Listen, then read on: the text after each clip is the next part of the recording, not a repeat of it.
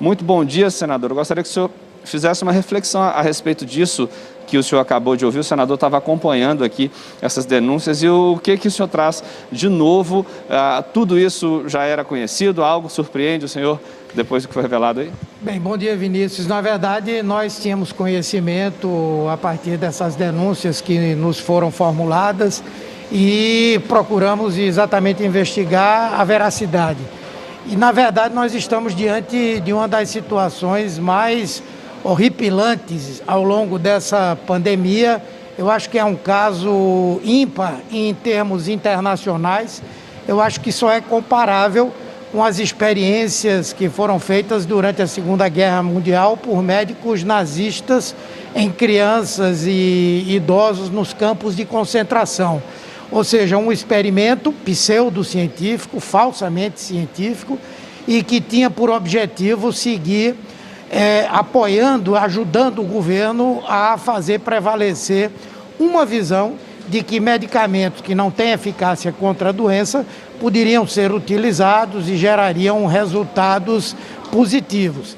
Há claramente um desmascaramento do caráter anticientífico desse trabalho que foi feito e há questões gravíssimas, entre elas a proibição de que os profissionais de saúde utilizassem equipamentos de proteção individual, como máscaras, a obrigatoriedade de que profissionais de saúde contaminados pela Covid-19 continuassem trabalhando dentro do hospital, proibição do uso de máscaras, inclusive em UTIs. Quer dizer, é uma situação de uma gravidade que, se a CPI não se debruçar sobre isso, ela estará sendo extremamente omissa. E por essa razão que não há hipótese de nós terminarmos o trabalho dessa CPI sem ouvir a direção da Prevent Senior. Se ele não vier hoje, se ele alegar qualquer coisa, nós vamos buscá-lo sob vara para que ele venha aqui dar o seu depoimento e nós podemos mostrar ao Brasil que o gabinete paralelo fez, porque tudo isso foi a partir de uma articulação do governo com a coordenação do chamado gabinete paralelo, especialmente a médica Nisi Yamaguchi e o microbiologista Paulo Zanoni. Então é muito grave. Senador, bom dia. É a Júlia do Ailib aqui de São Paulo. Bom dia, Júlia. Eu estou com o Guilherme Bausa aqui, autor dessa reportagem, trazendo essas denúncias. Ele vai fazer uma pergunta para o senhor, senador. Oi, senador. Bom dia para o senhor. A minha pergunta Bom dia, Guilherme. Desse conjunto de denúncias que vocês receberam, o que mais chama a atenção dos senadores da CPI? E a CPI também já está se encaminhando para o final. O que dá para aprofundar nessas investigações? Guilherme, é muito difícil a gente saber o que há de pior nessas denúncias aí, não é?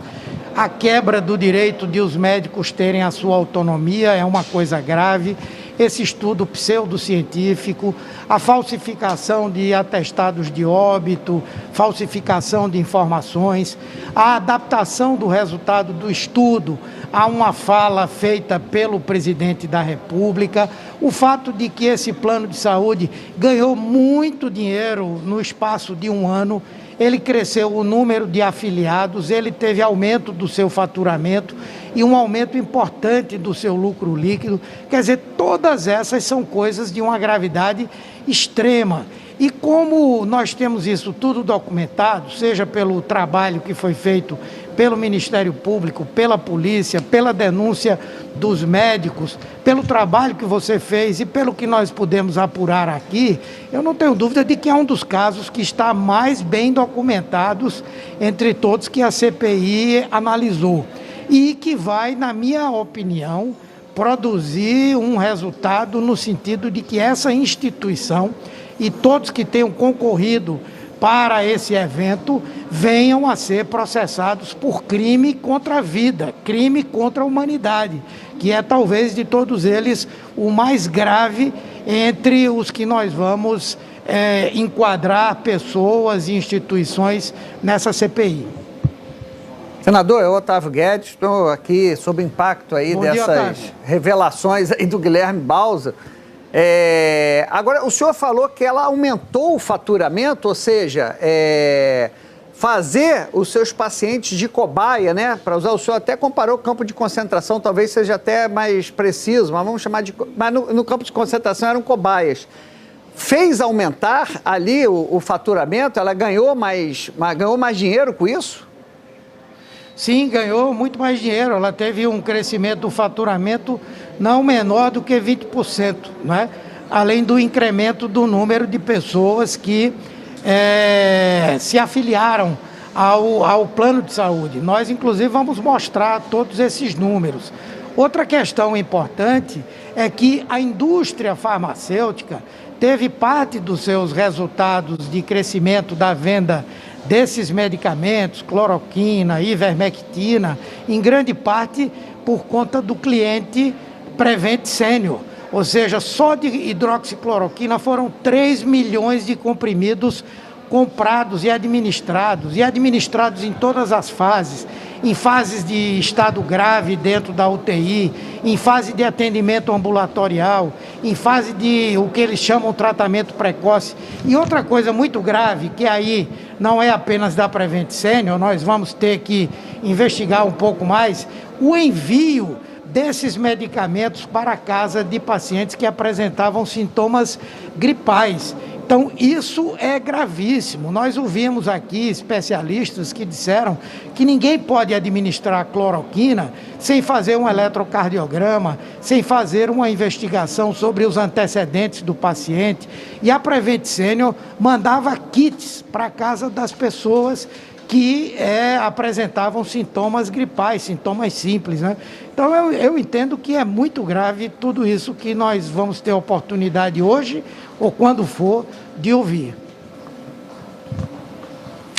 Agora, senador, uma última pergunta. Os médicos falam desse suposto acordo com o governo federal, a Prevent Senior sendo uma espécie ali de braço desse gabinete paralelo. Como investigar isso? Como fazer essa investigação chegar até desvelar esse suposto acordo?